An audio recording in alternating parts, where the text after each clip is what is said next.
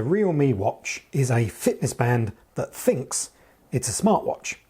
The question is, should you buy one instead of a fitness band?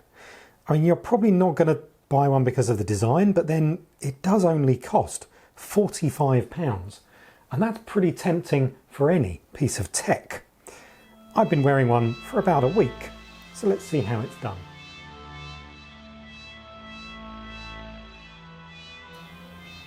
So if the Realme Watch thinks it's a smartwatch, it wishes it was the Apple Watch.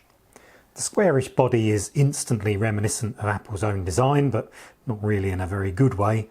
Some of the watch faces are very familiar, and the optional straps look and operate exactly like Apple's Sport Band 2. That, however, is where the similarities end. The Apple Watch is a thing of rather delicate beauty. The Realme Watch, well, it's not. The body is made of plastic, and although the IP68 water-resistant shell does a passable impression of a more expensive material in the right light, it doesn't really feel very special on your wrist. Once it's there, it weighs only 30 grams, so it's really light. And it is quite nicely made, but when you tap it, it feels every bit of the £45 that it cost. The strap feels cheap too, and it's not especially comfortable. My wrist got way sweatier than it should have done when wearing it to exercise, and it sticks to your skin when it gets hot. Ugh, not very comfy at all. There's a button on the side of the watch, and that either wakes the screen or goes back to home when you're fiddling around in the menu. The screen.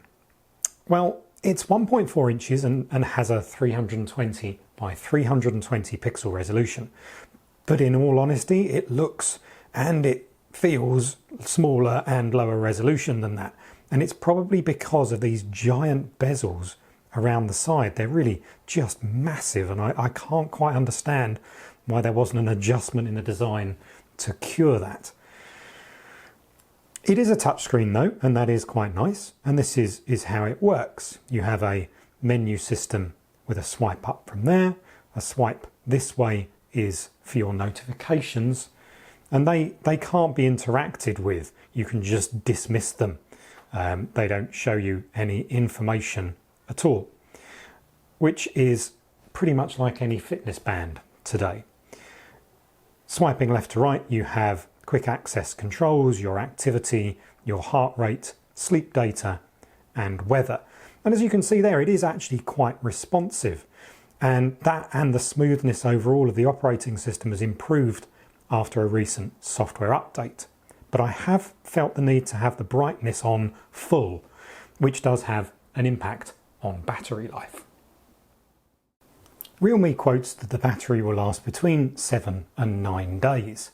With general use for me, it's lasted around 7. I think that if you push it quite hard with exercise and heart rate and sleep and everything like that, I'd be very surprised if it reached the 9-day mark.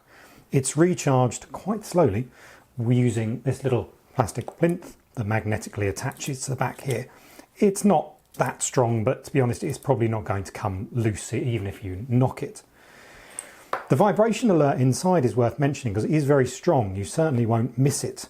However, it is also quite noisy, and that's due to this plastic case. How about fitness?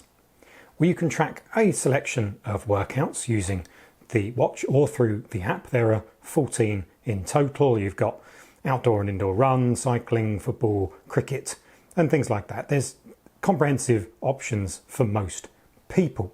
And the data that's provided is very clear. You can look at activity records for recent days on the watch and also within the app. The data that's provided isn't especially in depth, but certainly for the casual fitness fan, it's fine.